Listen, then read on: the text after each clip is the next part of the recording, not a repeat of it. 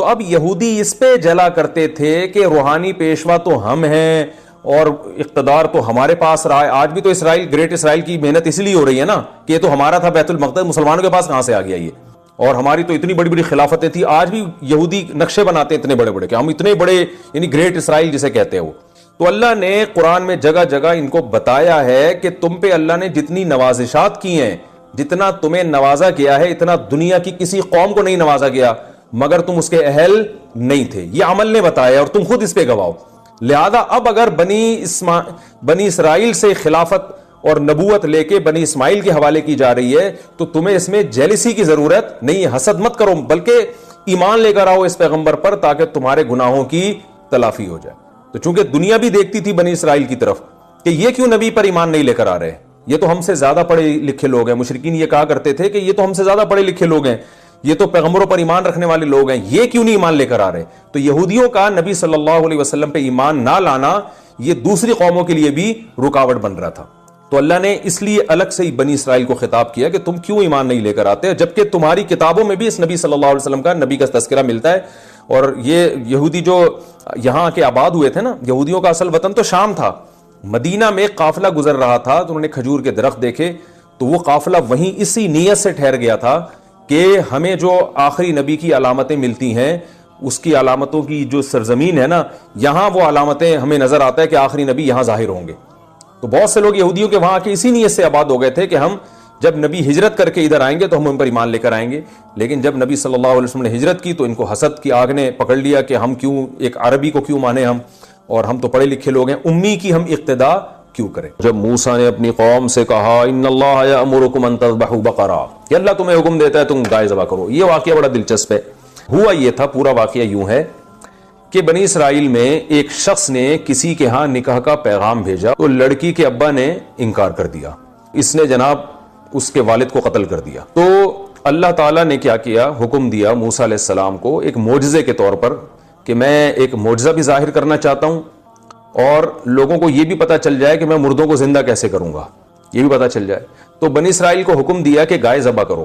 تو بنی اسرائیل بھی کہنے لگے اتتخذون حضوا، یہ کس قسم کا آرڈر دے رہے ہیں آپ؟ نماز کا حکم دیں، روزے کا حکم دیں، سمجھ میں آتا ہے، گائے کاٹنا کیا ہے؟ تو اتتخذون حضوا، کیا آپ ہمارے ساتھ مذاق کر رہے ہیں؟ حضرت موسیٰ کو غضب آیا کہ میری قوم کیسے بات کر رہی ہے مجھ سے. قال موسیٰ علیہ السلام نے فرمایا اعوذ باللہ ان اکون من الجاہلین. قرآن مجید میں بنی اسرائیل سے بہت زیادہ خطاب ہے، تو اس کے لیے بنی اسرائیل کا پس منظر سمجھنا بہت ضروری ہے. اس سے بہت ساری قرآن کی آیتیں جب تک آپ وہ نہیں سمجھیں گے تو آپ کو وہ قرآن کی آیتیں سمجھ میں نہیں آئیں گی. بنی اسرائیل سے قرآن کیوں خطاب کرتا ہے؟ دیکھیے، اسرائیل عبرانی زبان کا لفظ ہے، عبداللہ یعنی اللہ کا بندہ، یہ ترجمہ بنتا ہے اسرائیل کا.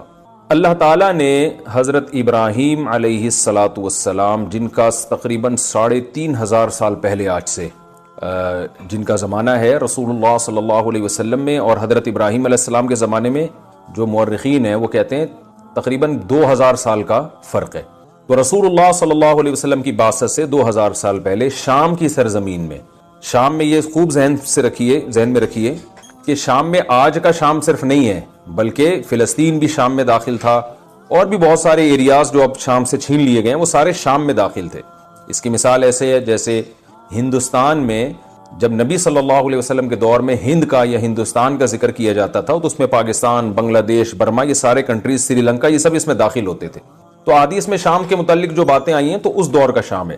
تو ابراہیم علیہ السلام بت پرستوں میں پیدا ہوئے، آپ کے والد کا نام تھا آزر. اللہ نے آپ کو بہت زیادہ آزمایا، سورہ بقرہ ہی میں ہے وَإِذِ ابْتَلَىٰ إِبْرَاهِيمَ رَبُّهُ بِكَلِمَاتٍ. اس وقت کو یاد کرو جب ابراہیم کو ان کے رب نے چند باتوں میں آزمایا، تو بہت سخت آزمائش والی باتیں تھیں. تو اللہ تعالیٰ نے وہ آزمانے میں یہ بھی ہے کہ بچے کو ذبح کرنے کے لیے لٹایا جا رہا ہے، یہ تو بچے کی ولادت کے بعد ہے. اس سے پہلے بھی آزمائشیں ہوئی ہیں، اپنی زوجہ کو ایسی زمین میں چھوڑ کر جا رہے ہیں اللہ کے حکم سے جہاں قحط سے ہلاک ہونے کا خطرہ ہے، اور جو ہے آپ کے والد وہ بتوں کو بیچا کرتے تھے مگر آپ توحید کا نعرہ لگا رہے ہیں. آپ یہاں آ جائیں نا سامنے. تو ابراہیم علیہ السلام کو جب بہت زیادہ اللہ نے آزمایا تو اللہ تعالیٰ نے آپ کو جو دنیا میں ایک نعمت دی، اس نعمت کا قرآن نے ذکر کیا ہے سورہ بقرہ ہی میں، انشاءاللہ وہ آیتیں آگے آئیں گی.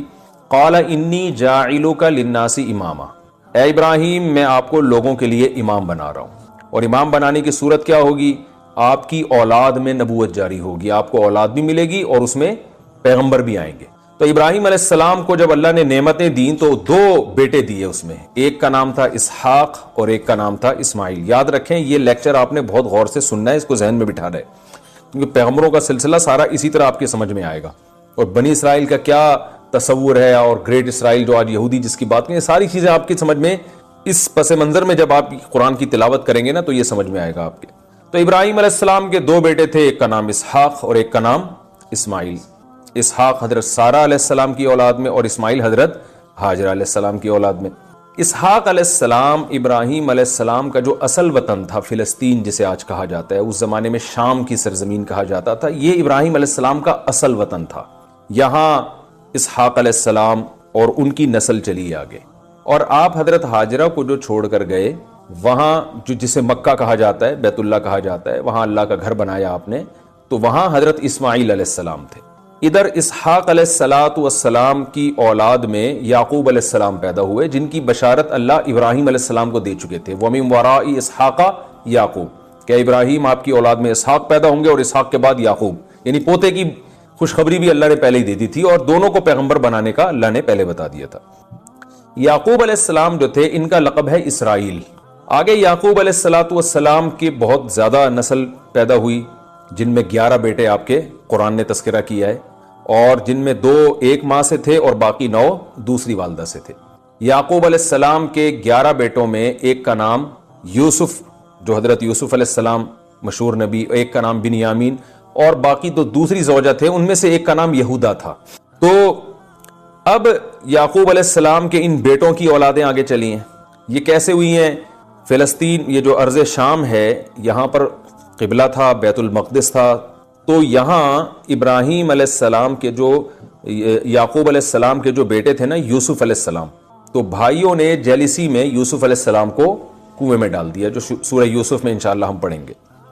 وہ ہوتے ہوتے کنویں سے بالآخر قافلہ آیا، ان کو اٹھا کے لے گیا، اور مصر اس وقت بڑا یعنی ایک ترقی یافتہ ملک سمجھا جاتا تھا، ایک مہذب، ایک تہذیب تھی، ایک بہت زبردست اسٹیٹ تھی مصر میں۔ تو مصر کے بازاروں میں آپ فروخت ہوتے ہوتے بادشاہ کے محل میں پہنچ گئے، اور پھر وہ واقعہ قرآن نے بیان کیا، وہاں ترقی کرتے کرتے خوابوں کی تعبیر بتاتے تھے، قحط پڑا مصر میں تو ان کو حل بتایا، اور ان صفات کی بیس پہ آپ کو بالآخر مصر کا بادشاہ بنا دیا گیا۔ جب مصر کا بادشاہ آپ کو بنایا گیا تو یہ جو بنی اسرائیل تھے یہ سارے، یعنی یعقوب علیہ السلام بھی وہاں چلے گئے، حضرت یوسف علیہ السلام کی والدہ بھی، لوگ کہتے ہیں وہ والدہ نہیں خالہ تھی، مگر اس کی کوئی دلیل نہیں ہے، وہ والدہ ہی تھی۔ یوسف علیہ السلام کے والد، والدہ اور باقی جتنے بہن بھائی ہیں، کہا جاتا ہے تقریباً یعقوب علیہ السلام کے 90 کے قریب افراد تھے اس وقت، خاندان بہت بڑا خاندان تھا۔ یہ تمام کا تمام موو کر گیا مصر، جو ارض شام کو چھوڑ کر کہاں چلا گیا؟ مصر۔ وہاں سہولتیں تھیں، وہاں بہت کچھ تھا، اور سب سے بڑی بات اپنے بیٹے کی حکومت ہے وہاں پر۔ تو پھر بنی اسرائیل کی نسل وہاں بہت تیزی سے بڑھی ہے۔ تو اس دوران بنی اسرائیل بڑھتے رہے، لیکن چونکہ ظاہر ہے یہ تھے اقلیت میں، اتنے تو نہیں تھے نا کہ مصر کی جو بت پرستوں کی آبادی یا جو مشرکین کی آبادی تھی اس کا تو مقابلہ نہیں کر سکتے تھے۔ تو وہی ہوا کہ چونکہ ان کے پاس ایک مذہب تھا، صحیح بات تھی، تو لوگ حسد کا شکار ہوتے ہوتے بالآخر ان کے ہاتھ سے حکومت چلی گئی، اور ان پر ظالم بادشاہ مسلط ہوتے رہے۔ ہر جگہ ایسے ہی ہوتا ہے کہ آپ جہاں بھی اہل اسلام کو دیکھتے ہیں تو اگر کوئی ان پہ غالب آئے تو وہ ظلم کرتا ہے، کیونکہ وہ چاہتا ہے کہ یہ مذہب ختم ہو، اس مذہب میں اٹریکشن ہوگی نا تو اسی کو ختم کرنے کی کوشش کریں گے۔ تو اس زمانے میں جو بھی مصر میں بادشاہ آیا کرتا تھا اس کا لقب فرعون ہوتا تھا، یعنی یہ نہیں کہ فرعون مخصوص بادشاہ کا نام ہے، مصر کے ہر بادشاہ کو کیا کہا جاتا تھا؟ فرعون۔ تو یہ والا جو فرعون ہے، یہ جس کو قرآن فرعون کہتا ہے، یہ وہ مخصوص بادشاہ جو موسیٰ علیہ السلام کے مقابلے میں آیا۔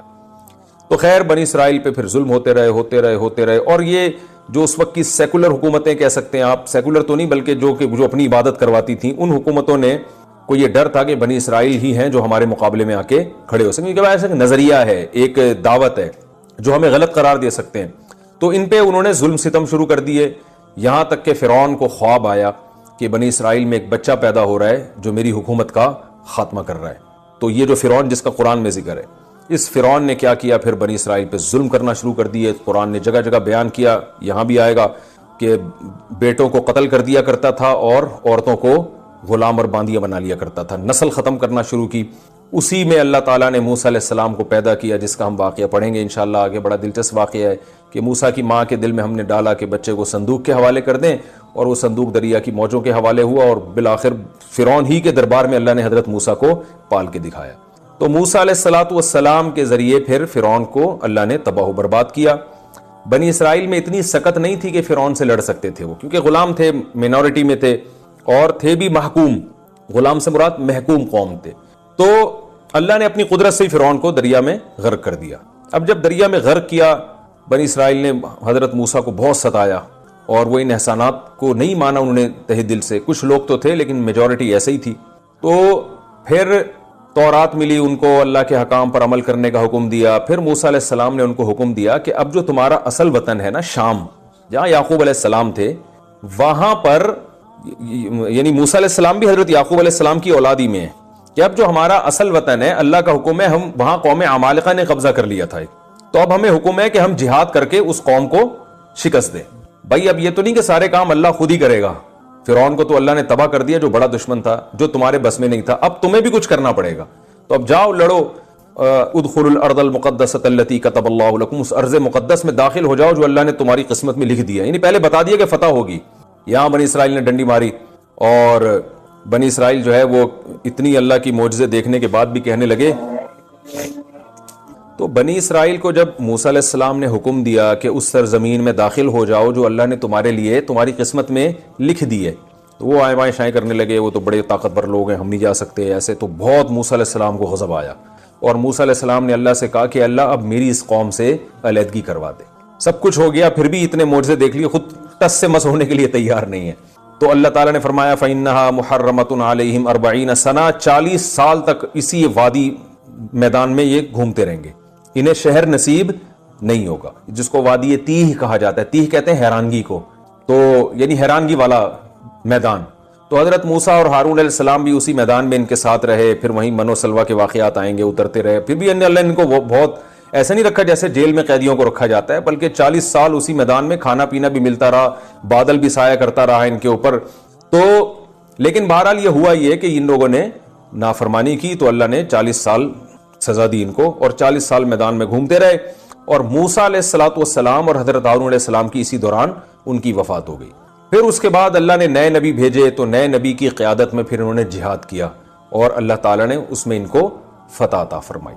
آگے ہوا یہ کہ بنی اسرائیل کے جو لڑائی میں داؤد بھی تھے، جنہوں نے دشمن کے جو کمانڈر ہے نا جالوت، اس کو قتل کیا۔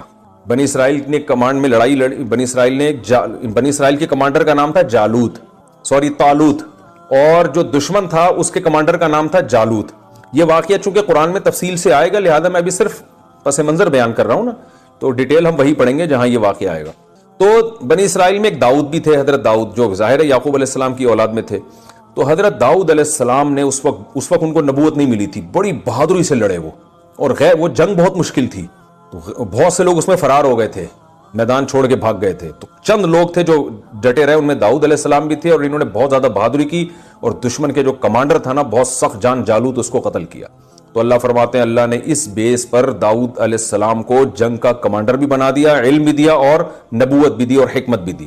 تو داؤد علیہ السلام پھر بنی اسرائیل کے ان پیغمبر کے جانے کے بعد داؤد علیہ السلام لیڈر بن گئے، اور داؤد علیہ السلام نے پھر بہت عبادت گزار تھے۔ قرآن نے ان کی عبادتوں کا ذکر کیا، ان کی آواز بہت خوبصورت تھی۔ قرآن کہہ رہا ہے فصل الخطاب، بہت سارے معجزے دیے اللہ نے ان کو۔ فصل الخطاب کا مطلب تقریر بہت خوبصورت، خطاب بہت زبردست کیا کرتے تھے، آواز اتنی خوبصورت، تلاوت کرتے پرندے آ کے ٹھہر جایا کرتے تھے، اور جب وہ اللہ کا ذکر کرتے تو پہاڑ بھی ان کے ساتھ سے بھی لا الہ الا اللہ کی آوازیں آنا شروع ہو جاتی تھی۔ بڑے معجزے تھے، رات کو عبادت گزار تھے، دن میں روزہ بھی رکھتے، جہاد بھی کرتے۔ تو داؤد علیہ السلام کے ذریعے اللہ تعالیٰ نے جو ہے نا بنی اسرائیل کی دنیا میں بہت بڑے خطے پر اللہ نے حکومت قائم کر دی ان کی۔ تبھی آج اس حکومت کو یاد کر کے یہودی جو ہے نا وہ روتے ہیں کہ ہم تو ایسے تھے، ہم تو ایسے تھے، ہم تو یوں تھے۔ بہت بڑے خطے پر اللہ نے بنی اسرائیل کی حکومت قائم کر دی۔ داؤد علیہ السلام، اچھا وہ ایسے مجاہد تھے کہ ان کے ہاتھ میں لوہے کو بھی نرم کر دیا اللہ تعالیٰ نے۔ ڈیوڈ کہتے ہیں نا انگریز داؤد علیہ السلام کو، آج کل انہوں نے نام چینج کیا ہوا ڈیوڈ کہتے ہیں۔ اللہ نے فرمایا ہم نے داؤد علیہ السلام، اچھا داؤد علیہ السلام اس زمانے میں 4 کی بیویاں کا نہیں تھا، جتنی بھی چاہے زوجات رکھ سکتے تھے۔ داؤد علیہ السلام کی بہت ساری زوجات تھیں، تو داؤد علیہ السلام کے جو وارث بنے وہ ان کے بیٹے حضرت سلیمان علیہ السلام، قرآن نے ان کی بھی تعریف کی. اور داؤد اور سلیمان علیہ السلام کی خاصیت کہ اللہ نے ان میں قوت فیصلہ، یعنی جو جج کا کام ہوتا ہے نا کہ یہ پہچاننا کہ کون صحیح ہے کون غلط ہے، قضا کے شعبہ یہ بہت احسن طریقے سے سر انجام دیتے تھے. تو سلیمان علیہ السلام کو اللہ نے داؤد علیہ السلام سے بھی زیادہ بڑی حکومت دی. اور سلیمان علیہ السلام نے ایک دن اللہ سے دعا مانگی، ایسی حکومت چاہیے لا ينبغی لأحد من بعدی، میرے بعد قیامت تک کسی کو نہ ملے ایسی. نیت اچھی تھی، قربانیاں تھیں، اللہ نے آپ کو ایسی حکومت دے دی کہ ہواؤں کو مسخر کر دیا. یہ جو آج احرام مصر ہمیں ملتے ہیں نا، مصر میں 4000 سال پرانی عمارتیں، یہ دنیا کے عجوبہ کیوں ہیں؟ اس لیے کہ لوگ کہتے ہیں کہ سائنسدان حیران ہیں ماہرین کہ یہ اتنی بڑی بڑی دیواریں بغیر جوڑ کی اتنے اوپر پہاڑوں پہ رکھی کس طرح ہیں، یہ کون سی کرینیں تھیں جنہوں نے ان کرینوں نے جا کے رکھا ہے. تو یہ عین ممکن ہے سلیمان علیہ السلام کے وہ تعمیراتی کام ہو جن کا قرآن نے ذکر کیا ہے، جو اسباب کی دنیا میں عام آدمی کے لیے ممکن نہیں ہے. تو جنات کو مسخر کر دیا، بڑے عمارتیں بنائی انہوں نے، بہت اس یعنی پرندوں تک کی بولیاں اللہ نے سکھا دی ان کو. تو داؤد سلیمان علیہ، تبھی گورے جو ہے نا، گوروں کی کتابوں میں کنگ سلیمان کر کے ملتا ہے، یعنی ان کا لقب بادشاہ بن گیا تھا. تو سلیمان علیہ السلام کے ذریعے حکومت قائم ہوئی. پھر سلیمان علیہ السلام کی اچانک ان کی بھی وفات ہوئی ہے، اور پھر بنی اسرائیل زوال کا شکار ہوئے. اللہ نے پے در پے ان میں بہت سارے پیغمبر بھیجے، کیونکہ اللہ قرآن میں کہتا ہے کہ ہم نے ان کو علم میں بھی دنیا پہ فضیلت دی تھی، چاہے وہ دین کا علم ہو یا دنیا کا. تو دنیا کے علم میں بھی لوگ ان کے محتاج، اور دین کے علم میں بھی لوگ ان کے محتاج، اور حکومت اور ریاست بھی ان کی تھی. ناقدری کرتے رہے اللہ تعالیٰ کی نعمتوں کی. پھر اللہ فرماتے ہم نے ان میں بہت کثرت سے پیغمبر بھیجے. اور بالآخر جو آل عمران تھے، حضرت عمران بھی بنی اسرائیل کے ایک بزرگ گزرے، ان کی اولاد میں اللہ نے پیغمبر بھیجے. اور انہوں نے منت مانی ان کی زوجہ نے کہ اللہ میرے پیٹ میں جو بچہ ہے اگر بچہ پیدا ہوا تو میں مسجد اقصیٰ کی خدمت کے لیے وقف کر دوں گی. تو وہ بیٹے کے بجائے بیٹی پیدا ہوگی، حضرت مریم. تو حضرت مریم کے خالو تھے زکریا علیہ السلام. زکریا علیہ السلام بھی بنی اسرائیل کے آخری نبیوں میں سے ایک نبی ہیں. زکریا علیہ السلام نے بڑھاپے میں اللہ سے اولاد مانگی، ان کو ملے یحییٰ علیہ السلام. تو یہ نسب آپ کو اس طرح سے یاد رہنا چاہیے کہ سب سے پہلے ابراہیم، پھر یعقوب علیہ السلام. اچھا، ادھر جو مکہ میں اسماعیل علیہ السلام ہے ابھی ہم ان کا تذکرہ نہیں کرتے. یہاں سے ابراہیم علیہ السلام کے بیٹے اسحاق علیہ السلام، یعقوب علیہ السلام کے بیٹے یوسف علیہ السلام، پھر ان کی اولاد، انہی کے بھائیوں میں ایک یہودا بھی تھا. اب یہ جو یہودی ہیں انہوں نے وہ سارے یہودا کی اولاد میں ہیں یا ان سب یعقوب علیہ السلام کی اولاد میں؟ تو ایسا معلوم ہوتا ہے وہ سب یعقوب علیہ السلام ہی کی اولاد میں، لیکن نسبت کس کی طرف کر دی؟ ایک بیٹے کی طرف. قبیلہ ایک بیٹے سے بھی نام لے لیا جاتا ہے نا، تو یہ یہودا کی طرف نسبت کر کے ان کو یہودی کہا جاتا ہے. تو پھر ان میں یوسف علیہ السلام کا زمانہ ہے. پھر یوسف علیہ السلام کے بعد مشہور پیغمبروں میں موسیٰ علیہ السلام کا زمانہ ہے. پھر موسیٰ علیہ السلام کے بعد داؤد علیہ السلام، پھر سلیمان علیہ السلام. پھر اس کے بعد آگے چل کے حضرت عمران، جن کی نبوت کا قرآن نے تذکرہ نہیں کیا کہ وہ نبی تھے، ان کی پھر جو ہے نا ان کے خاندان میں حضرت زکریا علیہ السلام جو حضرت مریم کے خالو تھے. اور زکریا علیہ السلام کو اللہ نے بڑھاپے میں بیٹے دیے یحییٰ علیہ السلام. تو پتہ چلا زکریا علیہ السلام، یحییٰ علیہ السلام، حضرت مریم اور حضرت عیسیٰ، یہ چاروں ایک ہی دور کے ہیں. ٹھیک ہے نا. حضرت قرآن میں تو پوری سورت ہے آل عمران کے نام سے نا. تو حضرت عمران کا اللہ نے فضیلت بیان کی ہے کہ ہم نے آل عمران کو بڑی فضیلت دی تھی. بنی اسرائیل میں بھی آل عمران کو اللہ نے فضیلت دی. تو حضرت عمران جو تھے ان کی زوجہ نے منت مانی تھی کہ میں اپنے بچے کو بیت المقدس کی خدمت کے لیے وقف کروں گی. تو بیٹا کے بجائے کیا پیدا ہوا؟ بیٹی. تو حضرت مریم کے خالو کون تھے؟ حضرت زکریا. تو حضرت مریم کو بچپن سے پالا حضرت زکریا نے، کیونکہ حضرت مریم کی والدہ کا انتقال ہو گیا تھا. تو پھر خالہ نے کفالت کی. جب خالہ نے کفالت کی تو یہ یعنی جو سرپرستی میں آ گئے حضرت زکریا علیہ السلام کی، حضرت مریم. تو حضرت مریم کی بھی بڑی کرامتیں قرآن نے بیان کی ہیں، بہت عبادت گزار. پھر حضرت مریم کے بیٹے ہوئے حضرت عیسیٰ. تو بنی اسرائیل نے حضرت زکریا علیہ السلام کو بھی قتل کیا، یہودیوں نے اپنے پیغمبر کو، یعنی کافروں نے، دوسروں نے نہیں مارا، انہی نے قتل کیا. اور قرآن نے اس کی وجہ بیان کی ہے، جب بھی کوئی پیغمبر ایسی تعلیمات لے کر آتے جو ان کی خواہشات کے خلاف ہوتی تو یا تو اس پیغمبر کا انکار کرتے یا اس کو قتل کر دیتے تھے. یہ چاہتے تھے ہمیں ہماری خواہشات کے مطابق دین چاہیے. تو زکریا علیہ السلام کو قتل کیا، یحییٰ علیہ السلام کو بھی قتل کیا گیا، اور حضرت عیسیٰ علیہ السلام کو بھی اپنے خیال کے مطابق قتل کیا. لیکن قرآن کہتا ہے کہ کیونکہ حضرت عیسیٰ بنی اسرائیل کے آخری پیغمبر ہیں تو اللہ تعالیٰ نے حضرت عیسیٰ علیہ السلام کو آسمانوں پہ اٹھا لیا، اور قرب قیامت میں وہ یہودیوں سے انتقام لیں گے. یعنی اللہ نے کہا کہ اب یہ سلسلہ جو ہے یہاں حضرت عیسیٰ علیہ السلام کو میں محفوظ رکھوں گا، قرب قیامت میں نازل ہو کر نبی صلی اللہ علیہ وسلم کے دین کی گواہی دیں گے. ادھر دوسری طرف جب حضرت یعنی یہودیوں کی بدماشیاں بہت بڑھ گئیں، پیغمبروں کی ناقدری، تو اللہ تعالیٰ نے یہ روحانی سلسلہ جو حضرت ابراہیم کی ایک اولاد سے چلا آ رہا تھا، اسحاق، وہاں سے بند کر کے کہاں سے شروع کیا؟ حضرت اسماعیل کی اولاد میں کوئی نبی نہیں گزرا۔ 2000 سال کے بعد جو ان کی اولاد میں اللہ نے سید الانبیاء محمد ابن عبداللہ صلی اللہ علیہ وسلم کو پیدا کیا، اور یہودیوں سے جو روحانی ان کی جو ایک اقتدار تھا وہ چھین کر کس کے حوالے کر دیا؟ بنی اسماعیل کے حوالے۔ تو بنی اسرائیل کے بجائے یہ کہاں ٹرانسفر ہو گیا؟ بنی اسماعیل۔ اور اللہ نے ایک ہی پیغمبر ایسے بھیجے جو تمام پیغمبروں کے سردار۔ تو اللہ نے دونوں کو نوازا، اسحاق علیہ السلام کو بھی، اسماعیل علیہ السلام کو بھی۔ اسحاق علیہ السلام کو کوانٹٹی کے اعتبار سے نوازا گیا کہ ان کی اولاد میں زیادہ پیغمبر پیدا ہوئے، اور اسماعیل علیہ السلام کو کوالٹی کے اعتبار سے نوازا گیا کہ ایک ہی پیغمبر ہے مگر وہ تمام پیغمبروں کے سردار ہے۔ تو اب یہودی اس پہ جلا کرتے تھے کہ روحانی پیشوا تو ہم ہیں اور اقتدار تو ہمارے پاس رہا ہے۔ آج بھی تو اسرائیل، گریٹ اسرائیل کی محنت اس لیے ہو رہی ہے نا کہ یہ تو ہمارا تھا بیت المقدس، مسلمانوں کے پاس کہاں سے آ گیا یہ؟ اور ہماری تو اتنی بڑی بڑی خلافتیں تھی۔ آج بھی یہودی نقشے بناتے ہیں اتنے بڑے بڑے کہ ہم اتنے بڑے، یعنی گریٹ اسرائیل جسے کہتے ہیں وہ۔ تو اللہ نے قرآن میں جگہ جگہ ان کو بتایا ہے کہ تم پہ اللہ نے جتنی نوازشات کی ہیں، جتنا تمہیں نوازا گیا ہے، اتنا دنیا کی کسی قوم کو نہیں نوازا گیا، مگر تم اس کے اہل نہیں تھے۔ یہ عمل نے بتایا اور تم خود اس پہ گواہ۔ لہذا اب اگر بنی اسرائیل سے خلافت اور نبوت لے کے بنی اسماعیل کے حوالے کی جا رہی ہے تو تمہیں اس میں جیلسی کی ضرورت نہیں ہے، حسد مت کرو، بلکہ ایمان لے کر آؤ اس پیغمبر پر تاکہ تمہارے گناہوں کی تلافی ہو جائے۔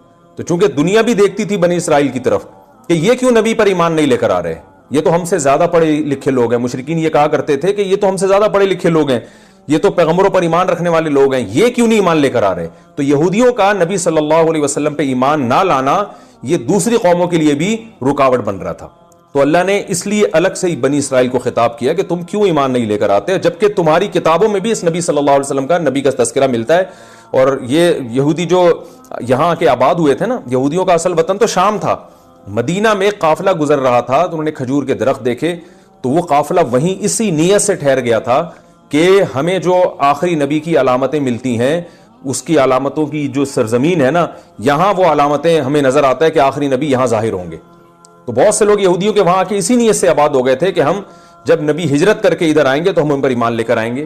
لیکن جب نبی صلی اللہ علیہ وسلم نے ہجرت کی تو ان کو حسد کی آگ نے پکڑ لیا کہ ہم کیوں ایک عربی کو کیوں مانے ہم، اور ہم تو پڑھے لکھے لوگ ہیں، امی کی ہم اقتدا کیوں کریں۔ تو یہ تھوڑا سا پس منظر تھا تاکہ آگے آیتوں کو سمجھنے میں اس کی آپ کو جو ہے مدد ملے۔ وَإِذْ قَالَ مُوسَىٰ لِقَوْمِهِ، اور اس وقت کو یاد کرو جب موسیٰ نے اپنی قوم سے کہا، إِنَّ اللَّهَ يَأْمُرُكُمْ أَن تَذْبَحُوا بَقَرَةً، کہ اللہ تمہیں حکم دیتا ہے تم گائے ذبح کرو۔ یہ واقعہ بڑا دلچسپ ہے۔ ہوا یہ تھا، پورا واقعہ یوں ہے کہ بنی اسرائیل میں ایک شخص نے کسی کے ہاں نکاح کا پیغام بھیجا، اس کو ایک آدمی کی بیٹی سے عشق ہو گیا، محبت ہو گئی، نکاح کا پیغام بھیجا، تو لڑکی کے ابا نے انکار کر دیا۔ جب انکار کیا تو اس نے غیرت تو نہیں کہنی چاہیے، بے غیرتی کہنی چاہیے اس کو، اس نے جناب اس کے والد کو قتل کر دیا، اور یہ چپکے سے قتل کیا۔ اب وہ قوم کا ایک اچھا آدمی تھا، معزز آدمی تھا، پتہ ہی نہیں چل رہا اس کا قاتل کدھر ہے۔ تو بڑے پھڈے شروع ہو گئے۔ تو اللہ تعالیٰ نے کیا کیا، حکم دیا موسیٰ علیہ السلام کو ایک معجزے کے طور پر کہ میں ایک معجزہ بھی ظاہر کرنا چاہتا ہوں، اور لوگوں کو یہ بھی پتہ چل جائے کہ میں مردوں کو زندہ کیسے کروں گا، یہ بھی پتہ چل جائے۔ تو بنی اسرائیل کو حکم دیا کہ گائے ذبح کرو، اور گائے جب ذبح ہوگی تو اس گائے کے اس ایک حصے کو نا، گوشت کا ایک ٹکڑا اٹھا کے جو مقتول ہے، جس کا قتل ہوا ہے، اس کو مارا جائے گا۔ تو اللہ اپنی قدرت سے اس مقتول کو زندہ کر دے گا، اور مقتول خود اٹھ کے قاتل کا نام بتائے گا۔ تو یہ ایک بڑا، یعنی ظاہر ہے موسیٰ علیہ السلام کا ایک معجزہ ظاہر کرنا تھا، اور اس میں بڑا مقصد یہ بھی تھا کہ اللہ بنی اسرائیل کو کھلی آنکھوں یہ دکھانا چاہتے تھے کہ دیکھو میں مردوں کو زندہ کر سکتا ہوں۔ ورنہ گائے کا گوشت مردے پہ لگاؤ تو اس میں کیا اس میں کون سا کوئی سائنٹیفک کوئی لاجیکل بات ہے کہ جس سے مردہ زندہ ہو؟ کوئی اس کی سائنٹیفک لاجک تو نہیں ہے، اللہ اپنی قدرت سے کرے گا۔ اور گائے یہ کرنے کی ضرورت کیا تھی کہ گائے ذبح کرو اور گائے کا گوشت قاتل کے لگاؤ؟ اس کی حکمت بعض علماء نے یہ بیان کی ہے کہ عین ممکن ہے کہ اس زمانے میں گائے کی پرستش ہوتی ہو، اور اس کے دو قرائن ہیں، ان علماء کی بات کے مضبوط ہونے کی دو یعنی قرائن ہیں جن سے پتہ چلتا ہے کہ یہ بات بڑی جاندار ہے۔ نمبر ایک، آج بھی ہم دیکھتے ہیں کہ ہندو گائے کی عبادت کرتے ہیں، تو اس سے ہمیں پتہ چلتا ہے کہ قوم ایک ایسی گزری ہے ماضی میں جو گائے کو معبود سمجھا کرتے تھے۔ اور یہ اسی کے اثرات ہیں ہندوؤں میں جو گائے کی پرستش ہو رہی ہے. اور اس کی تائید اس واقعے سے بھی ہوتی ہے کہ موسیٰ علیہ السلام جب تورات لینے کے لیے کوہ طور پہ گئے ہیں تو پیچھے بنی اسرائیل نے گائے کا بچڑا بنا کے سونے کا اس کی پوجا کرنا شروع کر دی. حالانکہ جو مشرک ہوتے ہیں وہ بتوں کی پوجا کرتے ہیں, گائے کی عام طور پہ نہیں کرتے. تو اس سے بھی پتہ چلتا ہے کہ فرعون کے دور میں گائے کی پوجا پاٹ کا کوئی نظام رہا ہوگا.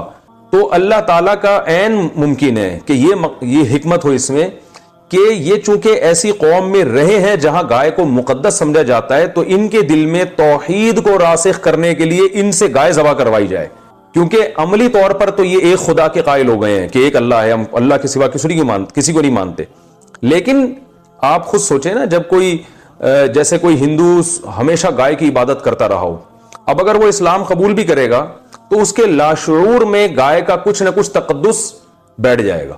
اور اب اس سے آپ بکری ذبح کرنے کا کہیں کر دے گا, اور اس سے آپ کہیں کہ اونٹ نہر کرو کر دے گا. لیکن جب گائے پہ چھری پھیرنے کی بات آئے گی تو سوچیں کہ ساری زندگی جس کی عبادت کی ہو تو چھری پھیرتے ہوئے تھوڑا سا وہ ڈرے گا. ایک لاشعور میں ہوتا ہے انسان کے. تو اللہ تعالیٰ نے عین ممکن ہے, میں عین ممکن اس لیے کہہ رہا ہوں کہ یہ کوئی اس بارے میں صحیح حدیث موجود نہیں ہے ہمارے پاس, لیکن علماء کا قول ہے جس کی تائید ہوتی ہے ان چیزوں سے جو میں آپ کے سامنے پیش کر رہا ہوں. تو عین ممکن ہے کہ اللہ تعالیٰ نے ان کے دلوں سے گائے کی جو معبود ہونے کا تصور ہے اس کو بالکل کھرچ کے نکالنے کے لیے کہ بھئی گائے بالکل ایسے ہی ایک جانور ہے جیسے بکری ہے, جیسے دمبا ہے, جب چاہتے ہو کاٹ کے کھا جاتے ہو. تو یہ بھی ایک ایسا جانور ہے, دودھ لو, جب دودھ دینا ختم کر دے کاٹ کے کھا جاؤ اس کو. ویسے کسی کو اپنی گائے سے محبت ہو جائے تو ایک الگ بات ہے, وہ اس میں نہ کاٹ کے کھائے. ویسے جب ہم جانور پالتے ہیں محبت ہو جاتی ہے تو وہ تو بلی سے بھی ہو سکتی ہے, کتے سے بھی ہو جاتی ہے لوگوں کو, اور بکری سے بھی ہو جاتی ہے. اس میں گائے کی تو کوئی خاصیت نہیں ہے نا, تو وہ ایک الگ بات ہے. لیکن نارملی گائے کو مقدس سمجھ کے نہ کاٹنا یہ اسلام کی تعلیمات کے بالکل خلافی ہے, اس میں شرک کا شائبہ ہے. تو اس لیے بنی اسرائیل سے حکم دیا گیا گائے کاٹو. گائے جب کاٹو گے تو ان کے دل میں گائے کا تقدس نکلے گا. تو عین ممکن ہے. تو اب یہاں سے یہ بات شروع ہو رہی ہے. اللہ نے فرمایا وَإِذْ قَالَ مُوسَىٰ لِقَوْمِهِ, اس وقت کو یاد کرو جب موسیٰ نے اپنی قوم سے کہا کہ اللہ تمہیں حکم دیتے ہیں کہ تم ایک گائے ذبح کرو. تو اب ایک دم نا, چونکہ شرک سے مانوس ہو چکے تھے, گائے کو بچڑا بنا کے عبادت بھی کر چکے تھے, اور فرعونیوں میں بھی ایسے گائے کی عبادت کرنے والے لوگ ہوں گے, ان کے ساتھ رہ کے کچھ نہ کچھ تقدس آ گیا تھا گائے کا. تو ایک دم ان کو دماغ میں خیال آیا اور کہنے لگے اے موسیٰ اتتخذونہ ہزوا, کہ آپ ہمارے ساتھ مزاح کر رہے ہیں, کیسی عجیب باتوں کا آپ ہمیں آرڈر دے رہے ہیں. حالانکہ جو پیغمبر کو مانتا ہے وہ پیغمبر کے حکم کے آگے چونو چرا نہیں کرتا. یہ بالکل اس سے ہمیں یہ بھی پتہ چلتا ہے. دیکھیں اللہ نے ہمیں بھی بقرعید کے دن گائے بکرے کاٹنے کا حکم دیا, تو صحابہ کرام کو جب رسول اللہ صلی اللہ علیہ وسلم نے بقرعید کے دن جانور کاٹنے کا حکم دیا, انہوں نے یہ لفظ نہیں کہا کہ یا رسول اللہ کیسی بات کا حکم دے رہے ہیں آپ, بلکہ فوراً بڑھ چڑھ کے انہوں نے قربانی کرنا شروع کر دی. تو یہ فرق تھا صحابہ میں اور بنی اسرائیل میں. تو بنی اسرائیل بھی کہنے لگے اتتخذونہ ہزوا, یہ کس قسم کا آرڈر دے رہے ہیں آپ, نماز کا حکم دیں, روزے کا حکم دیں, سمجھ میں آتا ہے, گائے کاٹنا کیا ہے. تو اتتخذونہ ہزوا, کیا آپ ہمارے ساتھ مذاق کر رہے ہیں. حضرت موسیٰ کو غضب آیا کہ میری قوم کیسے بات کر رہی ہے مجھ سے. قال موسیٰ علیہ السلام نے فرمایا اعوذ باللہ ان اکون من الجاہلین, میں اللہ کی پناہ مانگتا ہوں اس چیز سے کہ میں جہالت والی بات کروں. میں پیغمبر ہو کے تمہیں آرڈر دے رہا ہوں اور اس میں سنجیدہ نہ ہوں, یہ کیسے ہو سکتا ہے. اب بنی اسرائیل کو یقین آ گیا بھائی یہ تو واقعی آرڈر ہے. قالوا, تو بنی اسرائیل کہنے لگے, اب لیت و لال سے کام لینے لگے. جب انسان نے کسی حکم کو پورا نہیں کرنا ہوتا نا تو وہ 100 سوالات آگے شروع کر دیتا ہے. وہ سوالات شروع کر دیے کیونکہ تکلیف ہو رہی تھی گائے کاٹتے ہوئے. تو کہنے لگے ادعو لنا ربک, اپنے رب سے پوچھئے, یبین لنا, ہمیں بتائے, ما ہیا, کون سی گائے. بھائی گایوں کی تو درجنوں قسمیں ہیں. حالانکہ عقل مندی کا تقاضا یہ تھا, حدیث میں آتا ہے اگر بنی اسرائیل اتنے سوالات نہ پوچھتے نا تو جو گائے کاٹ دیتے اللہ قبول کر لیتا, جو مل جاتی کاٹ دیتے, خود پوچھ کے اپنے اوپر پابندیاں. ما ہی کڑی گائے. قال انہ یقول انہا بقرۃ, جب آپ پابندیاں لگوائیں گے تو پھر اللہ بھی لگائے گا پابندی آپ کے اوپر. تبھی قرآن میں آتا ہے نا دوسرے مقام پہ, لا تسألوا عن اشیاء ان تبد لکم تسؤکم, اے ایمان والو ایسے سوالات مت پوچھا کرو کہ اگر ان کا تمہیں جواب مل جائے تو تم اور پریشان ہو جاؤ. تو جتنا اللہ نے مبہم جو چیز رکھی ہے نا اس کو مبہم ہی رہنے دو. وہ بنی اسرائیل نے کہا ما ہی کڑی گائے. قال انہ یقول انہا بقرۃ لا فارض ولا بکر, وہ نہ تو معمر گائے ہو نہ بالکل بچی ہو, درمیانی ایج کی گائے ہونی چاہیے. بالکل درمیان میں. فَفْعَلُوا مَا تُؤْمَرُونَ, اور پھر حضرت موسیٰ نے ان سے کہہ دیا اب جو تمہیں حکم دیا جا رہا ہے کر گزرو, مزید سوالات نہ پوچھو, بس درمیانی عمر کی گائے کاٹ دو. نہیں جی, ان کو بھی کوئی تکلیف تھی.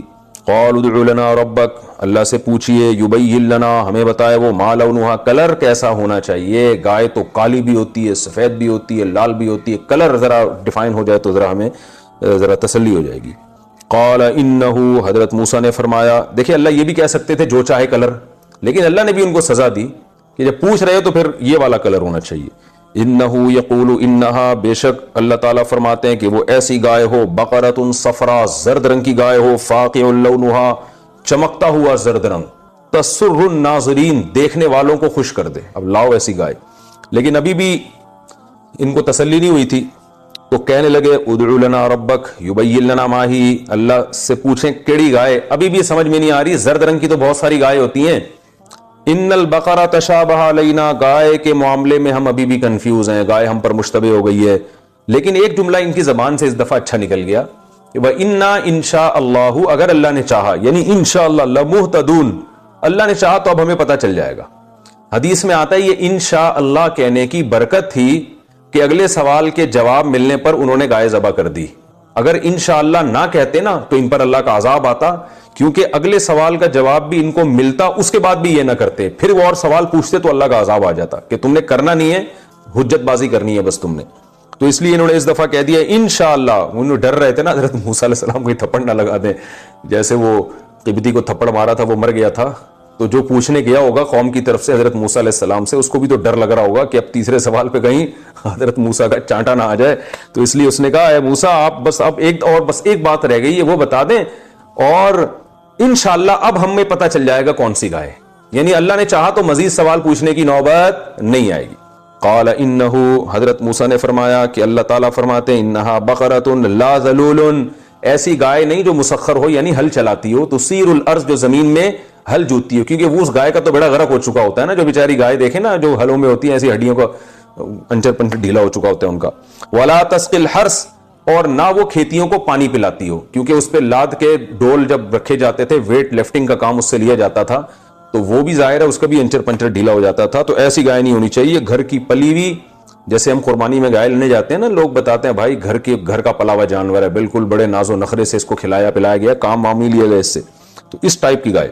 مسلمۃ لا شیۃ فیہا, ہر عیب سے پاک ہو, لا شیۃ فیہا, کوئی عیب نہ اس میں. قالوا, اب چونکہ ڈرے ہوئے تھے تو بہرحال مسلمان, ایمان تھا اللہ پر, تو کہنے لگے الآن جیت بالحق, اے موسیٰ ہون تسی صحیح بات کر دیو. الآن کا معنی کیا ہے؟ اب, رائٹ ناؤ کہتے ہیں نا انگلش میں. اب ہون, جسے پنجابی میں جو ہم نے سنا ہے, تلفظ میں گڑبڑ ہو سکتی ہے بھائی, ہون آپ نے صحیح بات کی ہے. فذبحوها, اللہ فرماتے ہیں انہوں نے ذبح تو کر دی گائے, تو اللہ فرماتے ہیں وما کادو یفعلون, یہ ایسے تھے ہی نہیں کہ یہ کام کر لیتے, یعنی بجائے اس کے کہ یہ کام ہونے ہی والا ہے, بلکہ یہ کام ہونے والا ہے ہی نہیں, یعنی اس کا بالکل اپوزٹ ہے یہ.